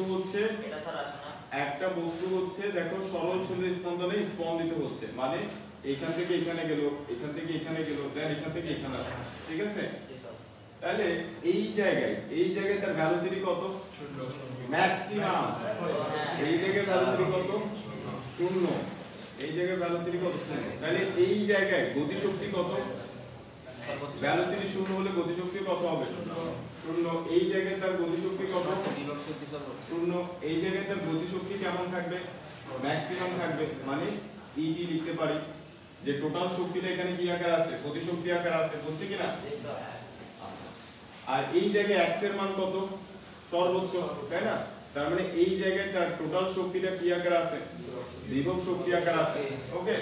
আর এখানে মাছ, তাহলে এই জায়গায় সমস্ত শক্তিটা তার কি আকার আছে? গতিশক্তি আকার আছে, কারণ ভেলোসিটি ম্যাক্সিমাম, ঠিক আছে কিনা? আর এই জায়গায় সমস্ত শক্তিটা তার বিভব শক্তি আকার আছে, কারণ গতিশক্তি কত এখানে? 0। কিন্তু মাঝখানে যে কোনো জায়গায় গতীয় শক্তিও থাকবে, বিভব শক্তিও থাকবে। এবার দেখো আমরা সূত্র জানি হচ্ছে যে মোট শক্তি ইজ ইকুয়াল টু কি? মোট শক্তি ইজ ইকুয়াল টু হচ্ছে গতি শক্তি যোগ স্থিতি শক্তি, ঠিক আছে কিনা? তো দেখো গতি শক্তি বের করার ফর্মুলাটা আমরা লিখি। আমরা সরল ছন্দিত স্পন্দনের জন্য গতি শক্তি বের করার ফর্মুলা দেখতেছি, ইম্পর্টেন্ট প্রশ্ন। গতি শক্তি ইজ ইকুয়াল টু আমরা কত লিখতে পারি? Half m v square, half m v square. সরল ছন্দিত স্পন্দনের জন্য v বের করার সূত্র কি দেখছিলাম? v ইজ ইকুয়াল টু হচ্ছে a omega cos omega t plus del, এটা দেখছি না? v বের করার সূত্র এটা না সরল ছন্দিত স্পন্দনের জন্য, ঠিক আছে কিনা ভাগ্য? তাহলে এই v এর মানটা কোথায় বসাই দিব? এখানে বসাই দিব, ঠিক আছে? বুঝতেছি? আমরা সরল ছন্দিত স্পন্দনের জন্য গতি শক্তি বের করার ফর্মুলা দেখতেছি, ঠিক আছে? তাহলে এই যে গতি শক্তি বের করার formula half m v square এবং সরল ছন্দিত স্পন্দনের জন্য v বের করার সূত্র এইটা, তাহলে v এর মানটা এখানে বসাই দিচ্ছি। তাহলে আমরা কি পাচ্ছি এখানে? হাফ m v, v এর জায়গায় বসাই দিচ্ছি হচ্ছে কত? a square omega square cos square omega t plus del, সবগুলোর উপরে কি করে যাবে? স্কয়ার করে যাবে, square omega square plus omega t plus, বুঝছি? আচ্ছা এরপরে দেখো আমরা সূত্র দেখছি যে omega square is equal to হচ্ছে কত? Omega square is equal to হচ্ছে k by m। Omega square is equal to হচ্ছে কত? k by m। ওইখান থেকে ওমেগা ইকুয়াল টু কত আসে? √k বাই m আসে, বুঝছি কিনা? যেটা আমরা দেখছি। তো এই ওমেগা স্কয়ারের জায়গায় আমি কত বসাই দিচ্ছি দেখো? ওমেগা স্কয়ারের জায়গায় কত বসাই দিচ্ছি? k বাই m বসাই দিচ্ছি। তারপরে এখানে হচ্ছে কত? cos square omega t plus কত? ডেল। দেখো এই m এর কাটাকাটি যাচ্ছে, তাহলে আর কি থাকে? Half k a square cos square omega t plus del. এইটা হচ্ছে সরল ছন্দিত স্পন্দনের জন্য গতি শক্তি বের করার formula, half k a square cos square omega t plus del, বুঝছি কিনা? সরল ছন্দিত স্পন্দনের জন্য গতি শক্তি বের করার ফর্মুলা, বুঝছি? এবার আমরা সরল ছন্দিত স্পন্দনের জন্য বিভব শক্তি বের করার ফর্মুলাটা দেখব। দেখো তাহলে দেখো সরল ছন্দিত স্পন্দনের জন্য বিভব শক্তি বের করার ফর্মুলা হচ্ছে half k x square half k x square এটা সূত্র হাফ কে x স্কয়ার এটা হচ্ছে সরল চন্দ্র স্পন্দনের জন্য বিভব শক্তি বের করার ফর্মুলা হচ্ছে এটা হাফ কে x স্কয়ার তো x এর মান কত x এর মান হচ্ছে আমরা জানি যে x হচ্ছে a sin omega t plus এই x এর মানটা এখানে বসাই দিব তাহলে আমরা কি পাচ্ছি দেখো হাফ কে x এর জায়গায় বসাই দিচ্ছি a square sin square omega t plus del বুঝছি কি না কি ইজ ইকুয়াল টু বিভব শক্তি ইজ ইকুয়াল টু বুঝছি ফাইন তাহলে এখানে দেখো তাহলে এখানে মোট শক্তিটা কত হবে আমি এগুলা জিনিসগুলো এবার মুছে দিচ্ছি তাহলে দেখো আমরা বিভব শক্তি বের করার ফর্মুলা পাইছি সরল চন্দ্র স্পন্দনের জন্য গতি শক্তি বের করার ফর্মুলা পাইছি ওকে এবার মোট শক্তিটা তাহলে কত হবে আমরা লিখতে পারি যে মোট শক্তি ইজ ইকুয়াল টু হচ্ছে কত ই কে যোগ হচ্ছে ইপি তাহলে ই কে টা কত আমাদের হাফ কে square cos square omega t plus del আর ইপি টা কত হাফ কে square sin square omega t plus del তোমরা একটু খেয়াল করো তো আমি এই দুটো কি করতেছি যোগ করতেছি তাহলে এই যে হাফ কে স্কয়ার এখানেও আছে আছে কি না তাহলে আমি বাদ না কমন নেব তাহলে আমরা দেখো হাফ কে স্কয়ার কি করতেছি হাফ কে স্কয়ার যদি কমন নিই তাহলে কি পাবো cos square omega t plus del যোগ sin square omega t plus del মানে কত 1 তাহলে ইনটু কত লিখবো 1 বুঝছি কি না ডাইরেক্ট মিলছে কি বুঝছি এখানে sin square omega t plus del plus cos square omega t plus del থাকবে ওটা মানে কত 1 তাহলে ফাইনালি আমরা কত পাচ্ছি যে হাফ কে a স্কয়ার কি ইজ ইকুয়াল টু মোট শক্তি ইজ ইকুয়াল টু সরল চন্দ্র স্পন্দনের মোট শক্তি ইজ ইকুয়াল টু তাহলে সরল চন্দ্র স্পন্দনের মোট শক্তি বের করার সূত্র এটা ঠিক আছে তোমাকে প্রশ্নে বিস্তার দেওয়া আছে কে এর মান দেওয়া আছে মোট শক্তি বের করতে বলছে কিভাবে বের করব এইভাবে বুঝছে কি না এবং খেয়াল করো এখানে এই কে এটা কি ধ্রুবক না এবং এটাও কি ধ্রুবক এটাও কি বিস্তার এটাও কি ধ্রুবক তাহলে এখানে আমরা লিখতে পারি যে et ইজ ইকুয়াল টু কি ধ্রুবক কারণ হাফ একটা নাম্বার এটাও ধ্রুবক কেও ধ্রুবক তাহলে et টা কি আছে ধ্রুবক ঠিক আছে কি না তাহলে টাইপ 1 এর কোশ্চেন দেখো এই এনার্জি কনজারভেশন লতে 5 টাইপের কোশ্চেন আছে ঠিক আছে এই 5 টাইপের কোশ্চেনে ফার্স্ট টাইপের কোশ্চেন হচ্ছে এটা ফার্স্ট টাইপের কোশ্চেন হচ্ছে এটা যে প্রমাণ করো যে সরল চন্দ্র স্পন্দন শক্তি সংরক্ষণশীলতা নীতি মেনে চলে বা প্রমাণ করো যে সরল চন্দ্র স্পন্দনে মোট শক্তিটা কি থাকে ধ্রুবক থাকে এই ফার্স্ট টাইপের কোশ্চেন আমরা এইভাবে করব কিভাবে দেখাইছি যে ভিডিওতে আছে তোমরা এগুলো দেখবা প্রথমে হাফ এম বি স্কয়ার দিব হাফ এম বি স্কয়ার থেকে এই সূত্রটা বের করব হাফ কে এক্স স্কয়ার লিখবো এখান থেকে এই সূত্রটা পাবো এই দুইটা যোগ করব যোগ করে এটা পাবো এটা একটু ধ্রুবক দেখাবো তাহলে প্রমাণিত হচ্ছে যে মোট শক্তিটা কি আছে ধ্রুবক সরল চন্দ্র স্পন্দন শক্তি সংরক্ষণশীলতা নীতি মেনে চলে এটা কিসের প্রশ্ন টাইপ 1 এর কোশ্চেন যে প্রমাণ করো যে শক্তি সংরক্ষণশীলতা নীতি বা এসএচএম কি মেনে চলে এসএচএম শক্তি সংরক্ষণশীলতা নীতি মেনে চলে বুঝছি কি না এটা যদি আমরা প্রুফ করতে বলে আমরা এইভাবে প্রুফ করব বুঝছি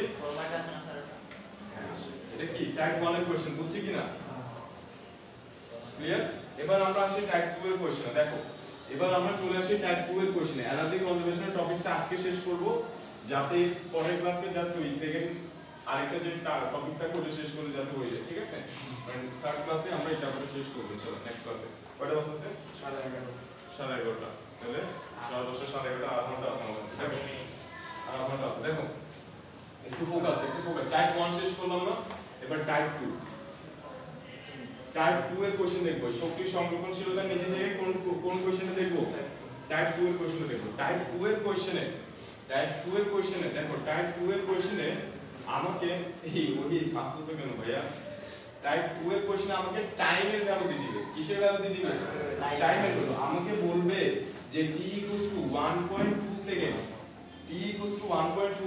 এবং t ধরো 1.5 সেকেন্ড t 1.2 সেকেন্ডে মোট শক্তি বের করো t 1.2 সেকেন্ডে গতি শক্তি বের করো এবং কি বের করো মোট শক্তি বের করো দুইটা যোগ করে কি বের করো টোটাল শক্তি বের করো তারপরে t 1.5 সেকেন্ডে গতি শক্তি বের করো এবং কি বের করো মোট বিভব শক্তি বের করো দুইটা যোগ করো তারপরে কি বের করো টোটাল শক্তি বের করে দেখাও যে দুইটা জায়গায় টোটাল শক্তি কি আছে সমান আছে তো তোমাকে এরকম বিস্তারিত ভাঙিয়ে বলবে না তোমাদেরকে বলবে যে t = 1.2 সেকেন্ড এবং 2 = 1.5 সেকেন্ডে মোট শক্তি বের করে দেখাও যে অ্যাসিজেন শক্তি সংরক্ষণশীলতার নীতি মেনে চলে। এটা হচ্ছে টাইপ 2 এর কোশ্চেন। টাইমের ভ্যালু দেওয়া থাকবে, বলবে যে t = এত সেকেন্ড এবং t = এত সেকেন্ডে মোট শক্তি বের করে দেখাও যে দুইটাতে মোট শক্তি সমান আসে, মানে শক্তি সংরক্ষণশীলতার নীতি মেনে চলে অ্যাসিজেন। বুঝছি কিনা? বুঝছি। কেমনে বের করব? আমরা বলছিলাম টাইম, ভাই বুঝছো? আমাকে টাইমের ভ্যালু দিয়ে দিবে যে বস্তুটা এখান থেকে দেখো এখানে গেছে, এখান থেকে এখানে গেছে, এখান থেকে এখানে গেছে, কত টাইম নিছে, ফর एग्जांपल 2 সেকেন্ড টাইম নিছে, ঠিক আছে? মানে তার দোলনকাল কত? 2 সেকেন্ড। দোলনকাল দেওয়া আছে মানে তোমাকে ওমেগাও দিয়ে দিছে, কারণ ওমেগা মানে কি? ওমেগা মানে কি পাই কি? তাহলে দোলনকাল দেওয়া আছে মানে কি দেওয়া আছে? ওমেগাও দেওয়া আছে। এবার বলছে যে দোলনকাল তো 2 সেকেন্ড, মানে একটা পূর্ণ দোলন তো 2 সেকেন্ডে দিচ্ছে, এর মধ্যে 1.2 সেকেন্ড এবং 1.5 সেকেন্ডে মোট শক্তি বের করো। অর্থাৎ 1.2 সেকেন্ডে সে এখানে থাকতে পারে, 1.5 সেকেন্ডে সে এই জায়গায় থাকতে পারে। তার মানে এই জায়গার মোট শক্তি আর এই জায়গার মোট শক্তি বের করে অবশ্যই সমান আসবে না মোট শক্তি? এখানে মোট শক্তি, এখানে মোট শক্তি সমান আসবে। ওই মোট শক্তি বের করে দোনোটা জায়গায় মোট শক্তি বের করে আমাকে শক্তি সংরক্ষণশীলতার নীতি প্রমাণ করতে বলছে, মানে অ্যাসিড যে শক্তি সংরক্ষণশীলতার নীতি মেনে চলে সেটা প্রুফ করতে বলছে। বুঝছি? কেমনে বের করব? আমাকে দুইটা টাইমের ভ্যালু দিয়ে দিয়েছে, যে টাইমের ভ্যালু হচ্ছে কত? 1.2 সেকেন্ড। এই 1.2 সেকেন্ডে আমি গতি শক্তি বের করব, দেন কি বের করব? এই স্থিতি শক্তি বের করব। সেম কাজটা আমি এটার জন্য করব, t = 1.5 এর জন্য করব। তো গতি শক্তি বের করার ফর্মুলা কোনটা লিখব? Half m v square, half m v square. এই v এর জায়গায় কোন মানটা বসাবো? টাইমের ভ্যালু দেওয়া আছে না, তাহলে v এর জায়গায় বসাবো হচ্ছে কত? a omega cos omega t plus del, ঠিক আছে? এই v এর জায়গায় কোন মানটা বসাবো? এই মানটা বসাবো। ক্লিয়ার? আচ্ছা, তো আমাকে কি কি লাগবে তাহলে? এই v টা বের করতে হলে a লাগতেছে, ওমেগা লাগতেছে। তাহলে ওমেগার জন্য আমাকে t যদি দেওয়া থাকে তাহলে ওমেগা জানি, বিস্তার দেওয়া থাকতে হবে, তারপর ডেল এর মান দেওয়া থাকতে হবে। আমাকে যদি বলে যে সাম্যাবস্থা থেকে স্টার্ট হয়েছে তাহলে ডেল এর মান কত? 0 ডিগ্রি। আর যদি আমার সাম্যাবস্থা থেকে স্টার্ট না হয় তাহলে ডেল এর মান দিয়ে দিবে 20 ডিগ্রি, 30 ডিগ্রি, 10 ডিগ্রি। বুঝছি কিনা? t এর মান তো বলে দিয়েছে কত? 1.2 সেকেন্ড। তাহলে এখানে t এর জায়গায় কত বসাবো? 1.2 বসাবো। তাহলে আমার v টা বের হয়ে যাচ্ছে, এই v এর মানটা এখানে বসাবো, ঠিক আছে কিনা? আর m এর মান দেওয়া থাকবে, তাহলে আমার কি বের হয়ে যাচ্ছে? গতি শক্তি বের হয়ে যাচ্ছে।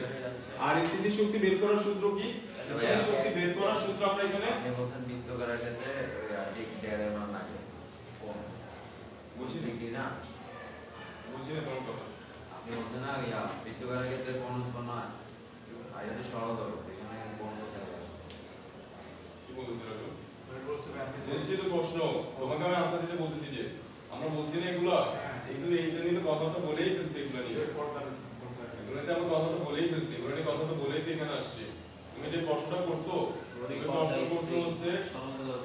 প্রশ্ন করছো হচ্ছে মানে কি বলতাম, এই যে 100 বছর আগে প্রশ্ন করছো তুমি, যে প্রশ্নটা 100 বছর আগে কত হয়েছে, এগুলো নিয়ে আমরা কথা বলেই আসছি। ডেল্টা নিয়ে আমরা কথা বলেই আসছি যে বৃত্তাকার গতির সাথে সরলরেখার স্পন্দন গতির সম্পর্ক বলছি না কথাটা। এগুলো তুমি আরেকবার দেখে নিও ক্লাসগুলো, মানে এখানে একটু করাইছি, একটু আগেই তো বলছিলাম এগুলো, কথাটা বলে আসছি যে বৃত্তাকার গতির মধ্যে ওমেগাটা কোত্থেকে আসছে, তাই না? ডেল্টা কোত্থেকে আসছে, কোনটা কোত্থেকে আসছে, এগুলো নিয়ে কথাটা বলছি। দেখো তাহলে এখানে আমরা লিখতে পারি হচ্ছে কত? Half m v square. এখানে v এর মানটা এখানে বসাবো, বুঝছি কিনা? v এর মানটা এখানে বসিয়ে দেব, গতি শক্তি বের হয়ে যাবে। এরপর বিভব শক্তি মানে কি? বিভব শক্তির সূত্র কোনটা বসাবো আমরা? Half k x square. তারপর x এর জায়গায় কোনটা বসাবো? x বের করার সূত্র আমরা লিখব হচ্ছে x কত? a sin omega t plus হচ্ছে del, a sin omega t plus হচ্ছে কত? ডেল। তাহলে a sin omega t plus del, t দেখো a এর মান দেওয়া থাকবে, a এর মানটা বসাবো, ওমেগার মান আমাকে t দেওয়া থাকলে ওমেগা বের করে এখানে বসাবো, ডেল দেওয়া থাকলে ডেল এর মানটা বসাবো, না দেওয়া থাকলে 0 বসাবো, ঠিক আছে কিনা? আর t এর জায়গায় কত বসাবো? t এর জায়গায় বসাবো 1.2, x বের হয়ে যাবে, এই x এর মানটা এখানে বসাই দেব, ঠিক আছে? k টা কিভাবে বের করব?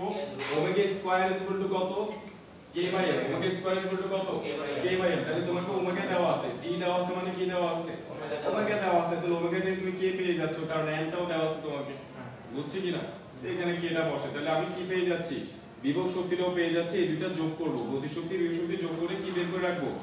মোট শক্তি বের করে রাখবো। এবং সেম কাজটা আমরা করব কার জন্য? t = 1.5 এর জন্য আবারও সেম কাজটা করব, করে দেখাবো যে মোট শক্তি কি আসছে? সমান আসছে, বুঝছি কিনা? আচ্ছা, এবার এটা গেল টাইপ 2 এর কোশ্চেন। এটা কিসের কোশ্চেন? টাইপ 2 ইকুয়েশন টাইম দেওয়া থাকবে শক্তি সংরক্ষণের নীতিটা প্রয়োগ করতে বলবে ঠিক আছে এবার আমরা চলে আসি হচ্ছে টাইপ 3 তে এবার আমরা চলে আসি হচ্ছে কততে টাইপ 3 তে টাইপ 3 তে চলে আসি দেখো এই টাইপ 3 এর কোশ্চেনগুলো হচ্ছে আমাকে আরেকটু মনোযোগ দেখো টাইপ 3 এর হচ্ছে আমাদেরকে x এর মান দেওয়া থাকবে মানে আমাকে বলছে যে বিস্তার হচ্ছে কত সর্বোচ্চ বিস্তার হচ্ছে 12 সেন্টিমিটার যে a হচ্ছে কতটা 12 সেন্টিমিটার মানে সর্বোচ্চ এটা কতটুকু যাচ্ছে 12 সেন্টিমিটার যাচ্ছে আমাকে বলছে x 3 সেন্টিমিটার এবং x 5 সেন্টিমিটারে মোট শক্তি বের করো মানে x 3 সেন্টিমিটার জায়গাতে মোট শক্তি বের করো x 5 সেন্টিমিটার মানে এই যে x 3 সেন্টিমিটার মানে এই জায়গায় x 5 সেন্টিমিটার মানে কোন জায়গায় এই জায়গায় আর এই জায়গায় মোট শক্তি বের করে দেখা হচ্ছে দুটো জায়গায় মোট শক্তি কি আছে সমান আছে বুঝছি ইম্পর্টেন্ট কোশ্চেন তাহলে আমরা কি লিখবো আমরা গতি শক্তি বের করব x 3 সেন্টিমিটারের জন্য x 3 সেন্টিমিটারের জন্য গতি শক্তি বের করব কত হাফ mv স্কয়ার v বের করার সূত্র কোনটা ইউজ করব এখানে 2gs দেখি বলো তো কেউ একজন a sin theta square a omega sin y theta হ্যাঁ a ওমেগা sin না ওটা ইউজ করলে তো হবে না 2gs না মানে b square minus omega root over a square minus x square কেন এটা ইউজ করতেছি কারণ x এর মান দেওয়া আছে যে আমাকে কিসের মান দেওয়া আছে x এর মান তাহলে আমি সূত্র v বের করার জন্য সূত্রটা ইউজ করব ওমেগা মান দেওয়া আছে বুঝছি ওমেগা মান ধরো t এর মান দেওয়া আছে তাহলে ওমেগা দেওয়া আছে a তো দেওয়া আছে 12 সেন্টিমিটার তাহলে এই সূত্র দিয়ে v বের করে এখানে বসাই দেব বুঝছি তাহলে আমরা গতি শক্তি বের করব আর বিভব শক্তি মানে কি বিভব শক্তি মানে হচ্ছে আমরা কত লিখব বিভব শক্তি মানে হচ্ছে হাফ k x স্কয়ার বিভব শক্তি হাফ k x স্কয়ার তো x এর মানটা কত 3 সেন্টিমিটার এখানে বসাই দেব আর k এর মানটা কিভাবে বের করব omega square k by m এই যে m দেওয়া আছে তাহলে omega square k by m k টা বের করে এখানে বসাবো ঠিক আছে এই টাইপের কোশ্চেনগুলো আমরা সিকিউ তে পাবো সিকিউ যখন সলভ করব তখন তো দেখবা তো এখন মাথায় ঢুকে রাখো বাসায় এগুলো অবশ্যই নোট করে ফেলবা ঠিক আছে কিনা তাহলে দেখো আমরা এই x 3 সেন্টিমিটার দূরত্বে গতি শক্তি বের করব বিভব শক্তি বের করব গতি শক্তি বের করার জন্য সূত্র কোনটা ইউজ করতেছি এইটা ক্লিয়ার মানে ব্যাক বের করার জন্য এই কেসে সূত্র কোনটা ইউজ করা হচ্ছে এটা ইউজ করা হচ্ছে সেম কাজটা করব x কত 5 সেন্টিমিটারের জন্য x 5 সেন্টিমিটারের জন্য গতি শক্তি সেই শক্তি বের করে এইভাবে যোগ করব আরেকটু আছে তো ধৈর্য ধরো ঠিক আছে ধৈর্য ধরো পড়া একটু কষ্ট করে করতে হবে একদম পড়া করতে যত যেভাবে যত কষ্ট করবা রেজাল্ট তো ওরকম পাওয়া বুঝতে বুঝছো আচ্ছা দেখো তাহলে এটা বুঝছি না তাহলে টাইপ 3 গেল x এর মান টাইমের মান দেওয়া থাকবে দেখলাম x এর মান দেওয়া থাকবে সেম প্রশ্ন করা হবে দেখছি আরেকটা হচ্ছে প্রথম প্রশ্ন যেটা জেনারেল প্রশ্ন যে প্রমাণ করতে শক্তি সংরক্ষিত মেনে চলে তিনটা গেল এবার চতুর্থ টাইপে আর কয় মিনিট আছে হ্যাঁ টপিক টু টপিক শেষ করি নাইলে পড়ো আমি যদি নেক্সট ক্লাসে এই টপিক দিয়ে শুরু করি বুঝবো না বুঝবো না আরেকটু ফাস্ট পাওয়ার বাড়ো নাইলে যার থেকে আসে ফাস্ট পাওয়ার বেশি তার থেকে একটু ভালো আচ্ছা দেখো এরপর দেখো টাইপ 4টা দেখো টাইপ 4 হচ্ছে আমাদের সেম প্রশ্ন করবে চিত্র দিয়ে দিবে কি দিবে চিত্র দিয়ে সেম প্রশ্ন করবে আমার কলমে ওয়াস পাওয়ার গেছে গা সেম প্রশ্ন দিয়ে সেম প্রশ্ন করবে কি দিয়ে দিবে চিত্র দিয়ে দিবে আমাদের কি এরকম চিত্র দিয়ে দিবে ঠিক আছে এরকম চিত্র দিয়ে দিবে তো এই চিত্রগুলো কয়েক ভাবে দেওয়া থাকতে পারে প্রথমত হচ্ছে কোণ দেওয়া থাকতে পারে এরকম যে এই কোণটা হচ্ছে এত ডিগ্রি এই কোণটা হচ্ছে এত ডিগ্রি ঠিক আছে কোণ দেওয়া থাকতে পারে আবার এরকম দেওয়া থাকতে পারে যে চিত্রগুলো আমাদেরকে এরকম দেওয়া থাকতে পারে যে এই ডিসটেন্সগুলো দিয়ে দিয়েছে এটা এত মিটার এটা হচ্ছে এত মিটার ঠিক আছে এটা এত মিটার ডিসটেন্স দেওয়া আছে বুঝছি আবার চিত্র এরকম দিতে পারে যে এই ডিসটেন্সগুলো দেওয়া আছে কি বলছি বোঝা গেছে এটা 3 সেন্টিমিটার এটা 5 সেন্টিমিটার অর্থাৎ এই ডিসটেন্সগুলো দেওয়া থাকতে পারে কোণ দেওয়া থাকতে পারে বা এই ডিসটেন্সগুলো দেওয়া থাকতে পারে চিত্র এই তিন ভাবে দেওয়া থাকতে পারে বুঝছি কিনা आंसर এক ভাবে দিব আমরা এই তিনটা চিত্রের জন্য आंसर কয় ভাবে দিব এক ভাবে দিতে পারবো বুঝছি তিনটা চিত্রের জন্য आंसर এক ভাবে দিতে পারবো কিভাবে দিব সেটা এবার দেখো কিভাবে आंसर দিব এবার সেটা দেখো ওরা যে কোণে ডাটা দিছে এই ডাটাগুলো দিছে এগুলো কোনো ডাটাই আমাদের লাগবে না আমরা এই চিত্র ইউজ করে आंसर এক ভাবে দিতে পারবো কিভাবে দিব এবার খেয়াল করো আমরা দেখো আমরা এইভাবে চিত্রটা লিখবো, আমাকে এরকম চিত্র দেওয়া আছে, এরকম চিত্র আমাকে দেওয়া আছে, ঠিক আছে? তা আমরা কি করব, এইটা থেকে একটা টান দিব, এখান থেকে একটা টান দিব, বুঝছি কিনা?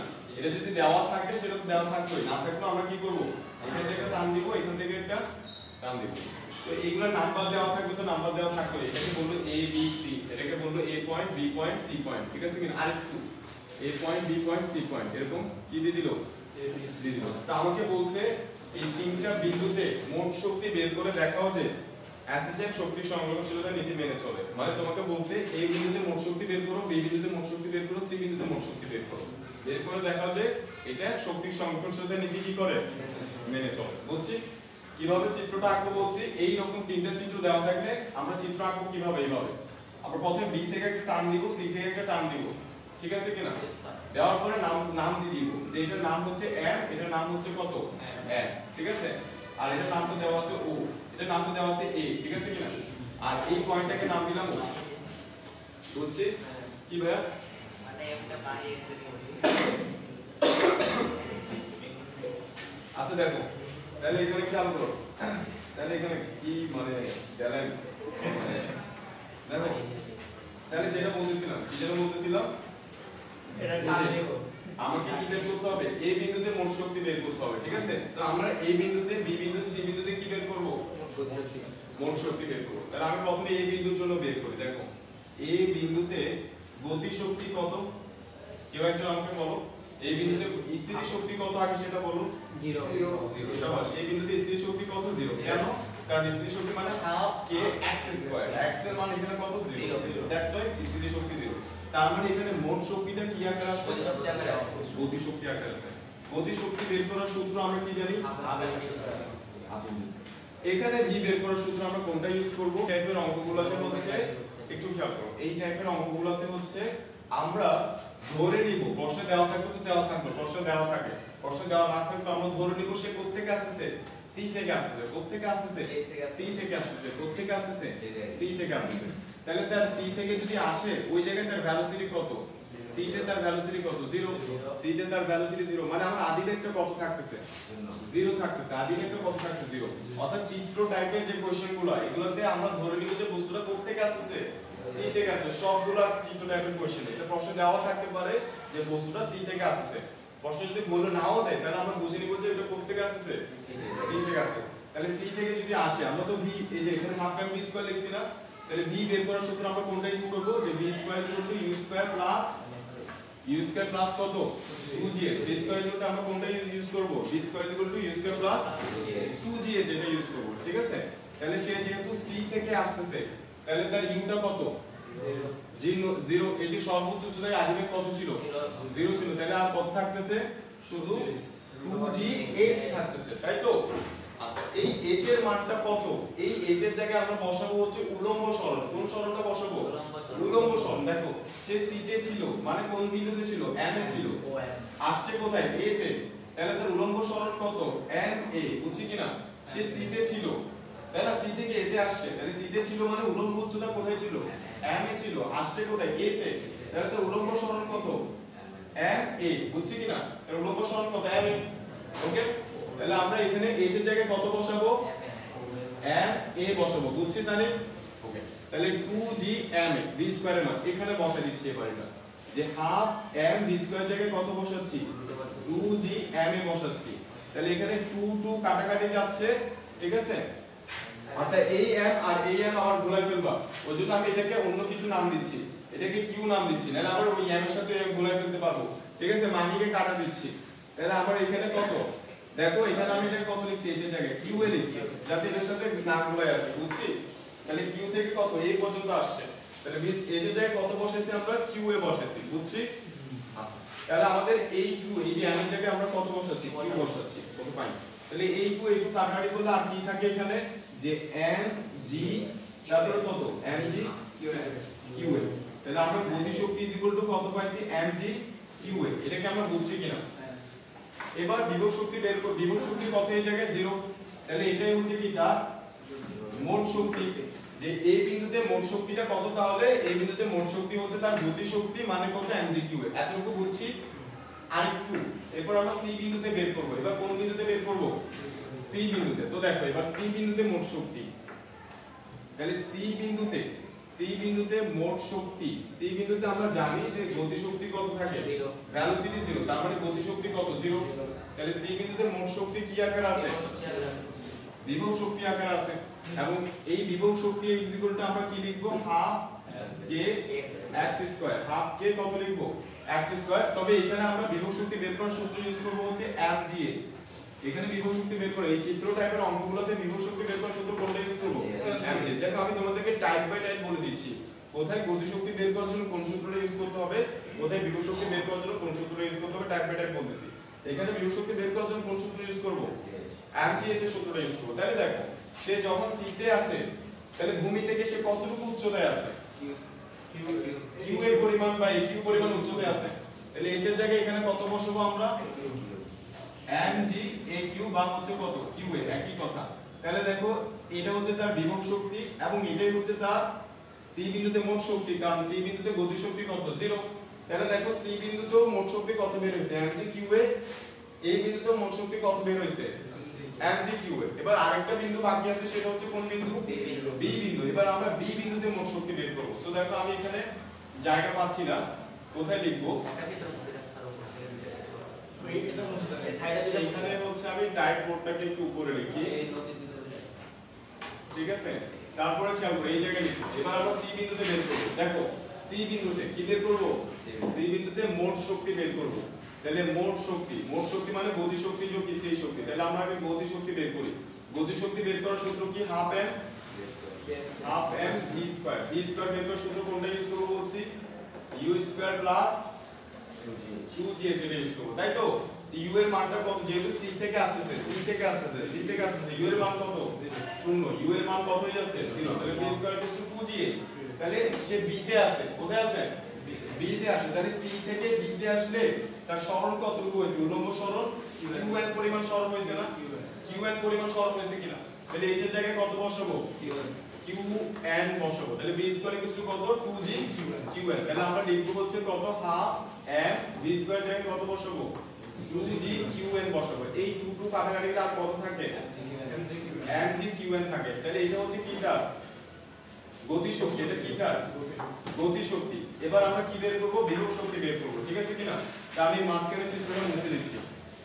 তো এবার দেখো গতি শক্তি বের করে ফেলছি। এই যে বি বিন্দুতে তার কি বের করছি, আমি গতি শক্তি বের করে ফেলছি। এবার বি বিন্দুতে কি বের করতেছি, বি বিন্দুতে হচ্ছে আমরা বিভব শক্তি বের করতেছি। বিভব শক্তি বের করার সূত্র কোনটা ইউজ করব, এখানে mgh। বিভব শক্তি বের করার সূত্র কোনটা ইউজ করব, mgh। তাহলে বি বিন্দুতে তার বিভব শক্তি mgh টা কত হবে, h টা কত, মানে বি বিন্দু যখন আছে ভূমিতে কতটুকু উচ্চতায় আছে, a এর পরিমাণে উচ্চতায় আছে। তাহলে আমরা এখানে কত লিখব, mg a ইনটু কত, n, ঠিক আছে কিনা। তাহলে বি বিন্দুতে মোট শক্তি কত দাঁড়াচ্ছে, বি বিন্দুতে মোট শক্তি কত দাঁড়াচ্ছে বলো, বি বিন্দুতে মোট শক্তি কত দাঁড়াচ্ছে, গতি শক্তি কত বের হয়েছে দেখো, mg কিউ এন।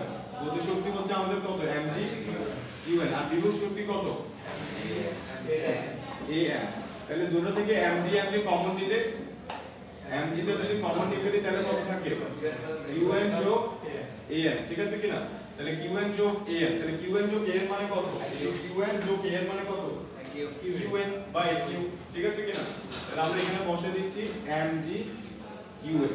তাহলে দেখো আমার বি বিন্দুতে মোট শক্তি কত বের হইছে, mg qn। তারপরে a বিন্দুতে মোট শক্তি কত বের হইছে, mg qn। সি বিন্দুতে মোট শক্তি কত বের হইছে, mg qn। তার মানে প্রমাণিত হচ্ছে এই তিনটা বিন্দুতে মোট শক্তি কি একই, তার মধ্যে শক্তির সংকলনশীলতা নীতি মেনে চলে। আমাদের এই ডাটাগুলো ইউজ করতে কোনো ডাটা ইউজ করতে হয় না, চিত্র যেরকমই দেওয়া থাকুক আমরা এই একভাবে এভাবে আনসার করে দিতে পারছি। বুঝছি কিনা।